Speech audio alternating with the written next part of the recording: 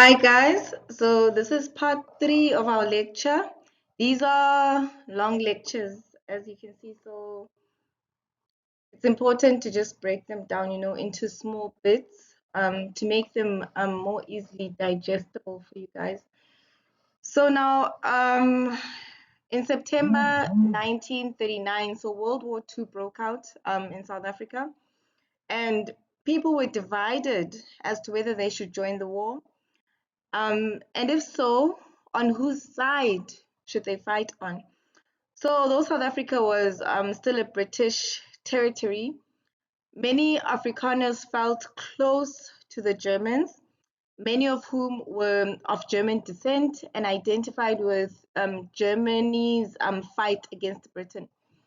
So, the issue caused a split in South African politics. At that point, the country was led by the United Party, a coalition of the National Party of JBM Hertzog and the South African Party of JC Smuts, right? So Hertzog preferred that South Africa remain neutral in World War II, and while Smuts wanted to fight on the side of the Allies. So Hertzog resigned as Prime Minister of the country and was succeeded by Smuts. So South Africa then joined the war on the Allies' side and fought major battles in North Africa, Ethiopia, Madagascar, and Italy, right?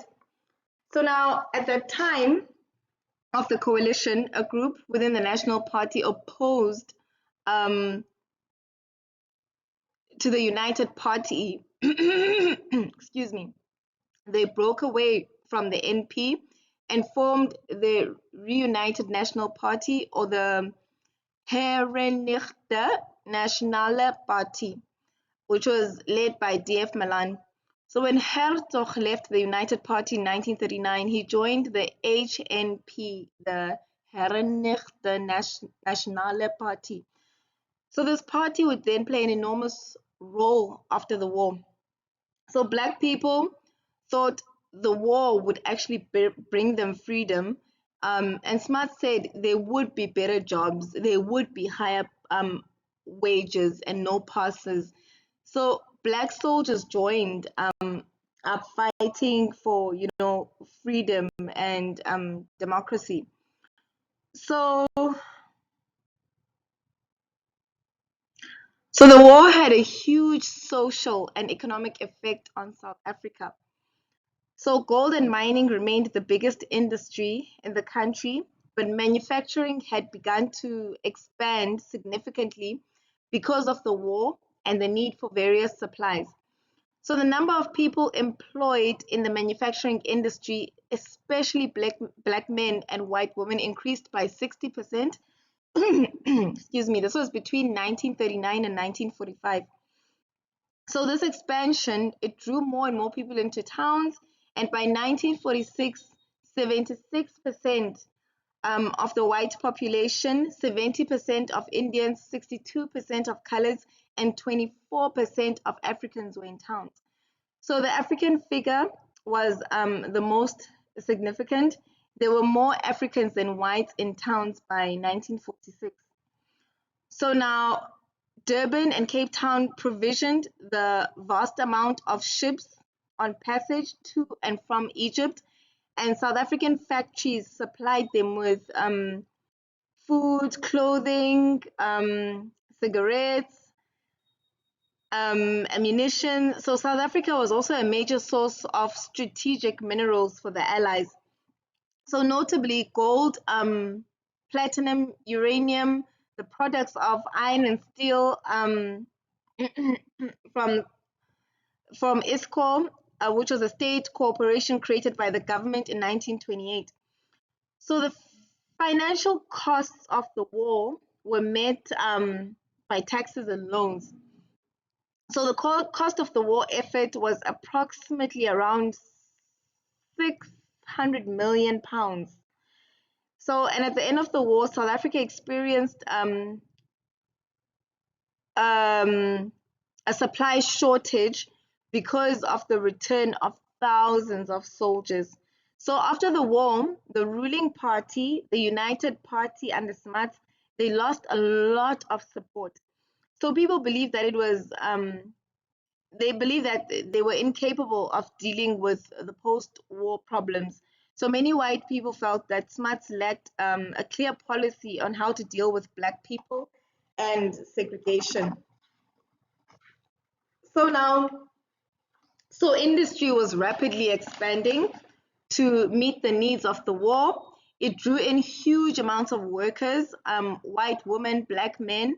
Rural people flocked to the cities for jobs. The new working class was in the making. And the Communist Party was revitalized, and many of its members were active in the growing trade unions. So now, the economic forces were counteracting government policies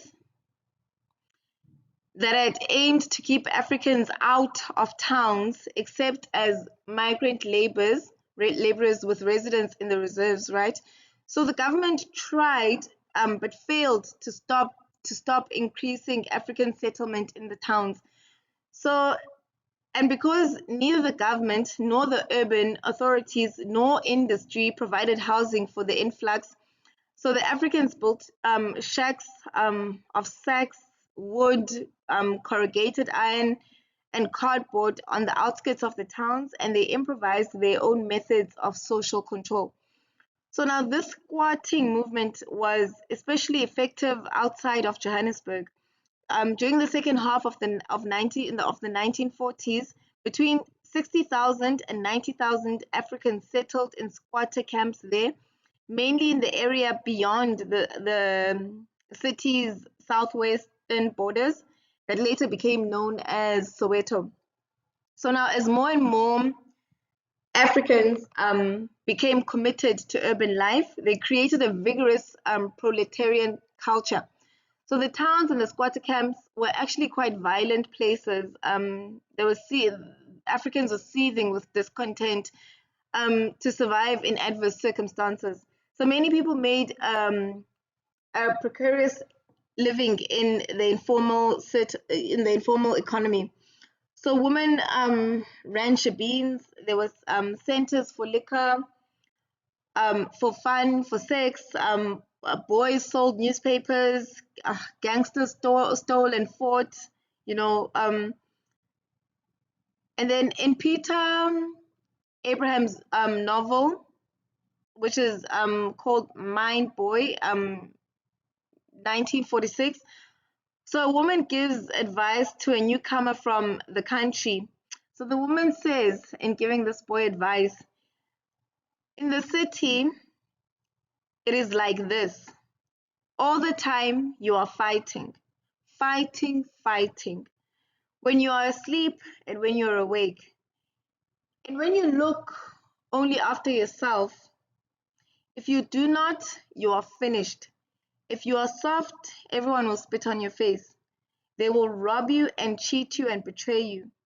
So to live here, you must be hard, hard as stone. And money is your best friend. With money, you can bribe a policeman. With money, you can buy someone to go to jail for you. This is how it is, Puma.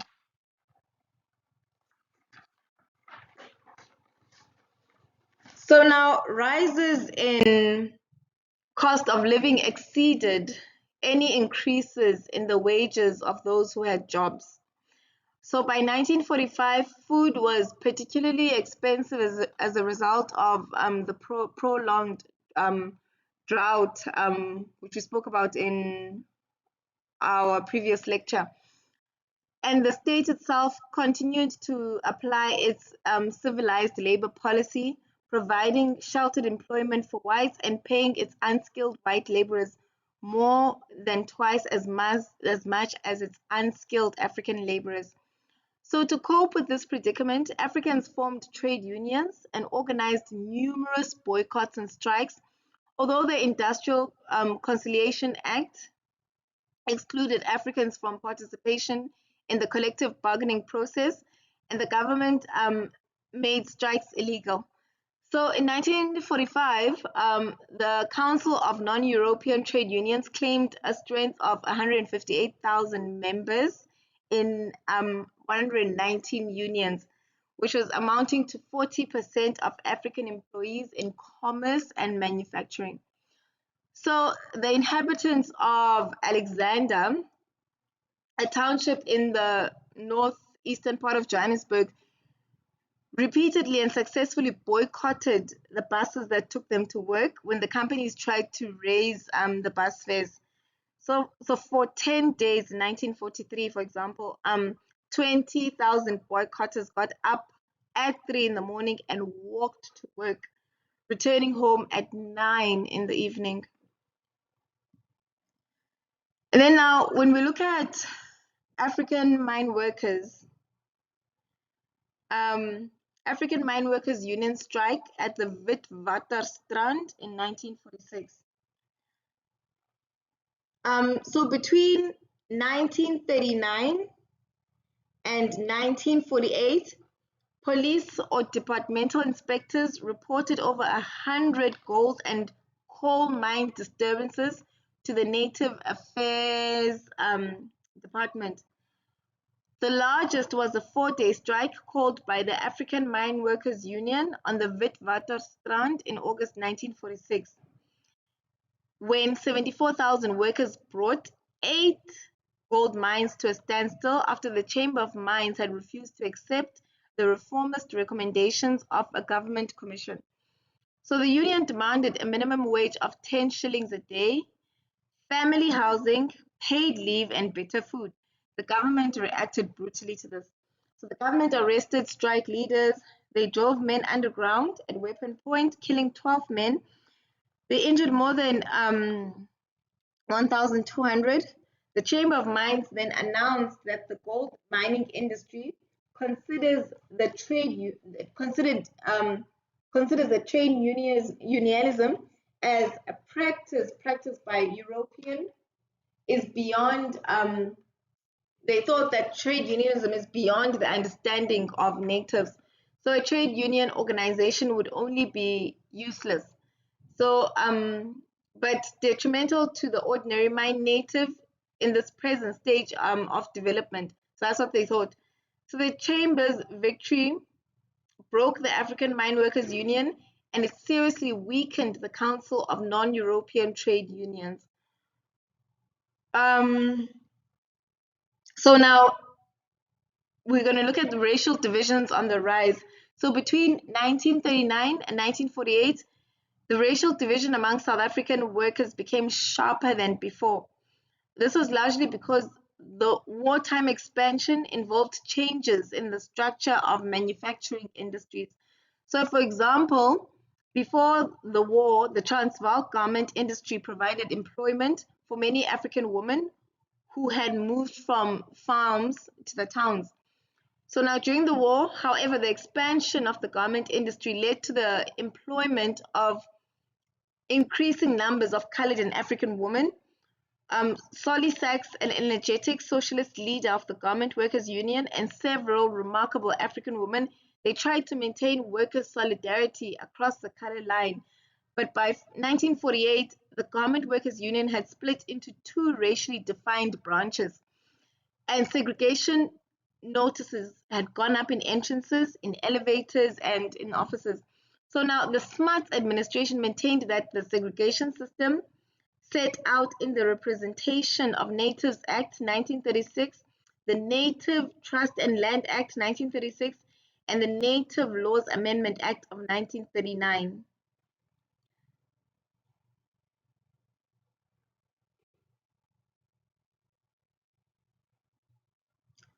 So when we look at the Indian passive resistance in South Africa, 1946 to 1948. So now, after World War II, the Smuts government introduced new legislation to segregate the Indian community. So the Ghetto Act restricted access to land and business rights.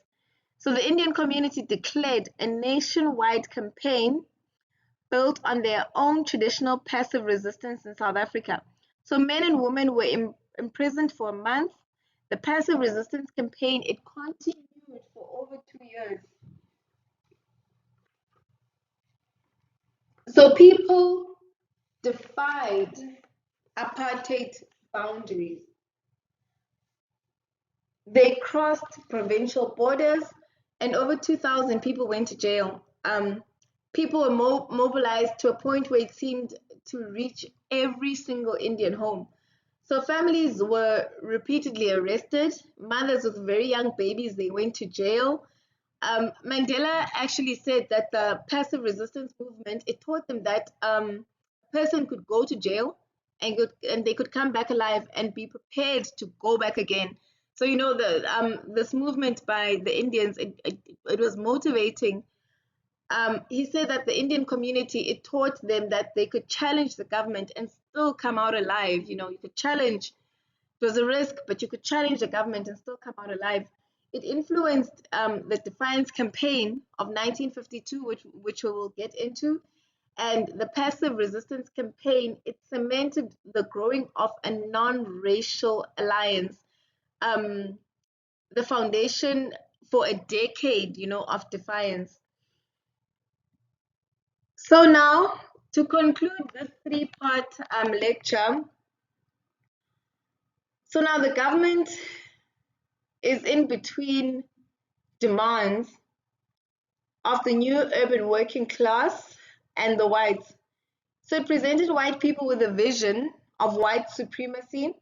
The National Party, founded in 1915, it fought to instill rigorous segregation laws in order to appeal to Afrikaner donors who were worried about this maintenance of white supremacy.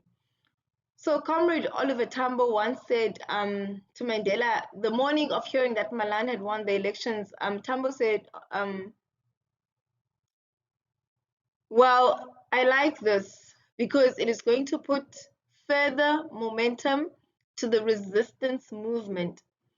We now know that we have an enemy in power and difficult days are coming for us.